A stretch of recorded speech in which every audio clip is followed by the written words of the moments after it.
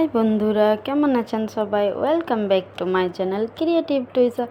আজ আমি আবার একটা নতুন ভিডিও নিয়ে এসেছি। আমার ভিডিওগুলো ভালো লাগলে চ্যানেলটাকে অবশ্যই কিন্তু লাইক শেয়ার সাবস্ক্রাইব করবেন, আর বেল আইকনটাকে ক্লিক করতে ভুলবেন না কিন্তু।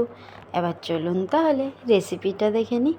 আজ আমি বানাবো চিড়ে পোহা। চিড়ে পোহা বানানোর জন্য প্রথমে কড়াইতে তেল গরম করে নেব। তেলটা গরম হয়ে গেলে দুটো শুকনো লঙ্কা দিয়ে দিলাম, গোটা সর্ষে দিয়ে দিলাম, কারিয়া পাতা দিয়ে দিলাম। এবার পেঁয়াজ কুচি দিয়ে দেবো। পেঁয়াজটা এইভাবে বড় বড় কেটে নেবেন কিন্তু। এবার গাজর কুচি দিয়ে দিচ্ছি, ক্যাপসিকাম কুচি দিয়ে দিলাম, লঙ্কা কুচি দিয়ে দিলাম, স্বাদ মতো লবণ দিয়ে দিলাম, হলুদ দিয়ে দিলাম। দিয়ে সবজিগুলোকে ভালো করে ভেজে নিতে হবে। সবজিটা ভাজা হোক ওইদিকে, তাহলে চিড়েটাকে ধুয়ে নেব।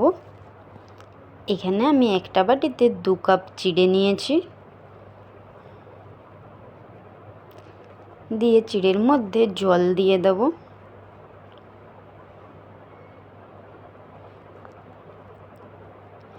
জল দিয়ে চিড়েটাকে কিন্তু ধুয়ে নিতে হবে ভালো করে।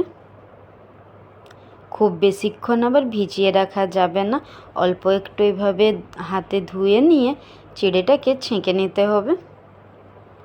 এদিকে সবজিটাও দেখুন ভাজা হয়ে গেছে।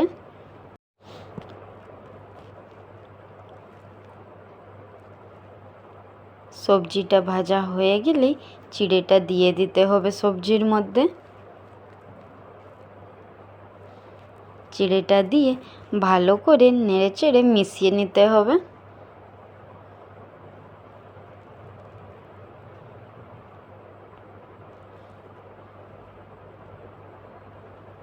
এই দেখুন বন্ধুরা, মেশানো হয়ে গেছে। এবার আমি ভেজে রাখা বাদাম দিয়ে দিলাম, দিয়ে চিড়েটাকে ভালো করে ভেজে নেব।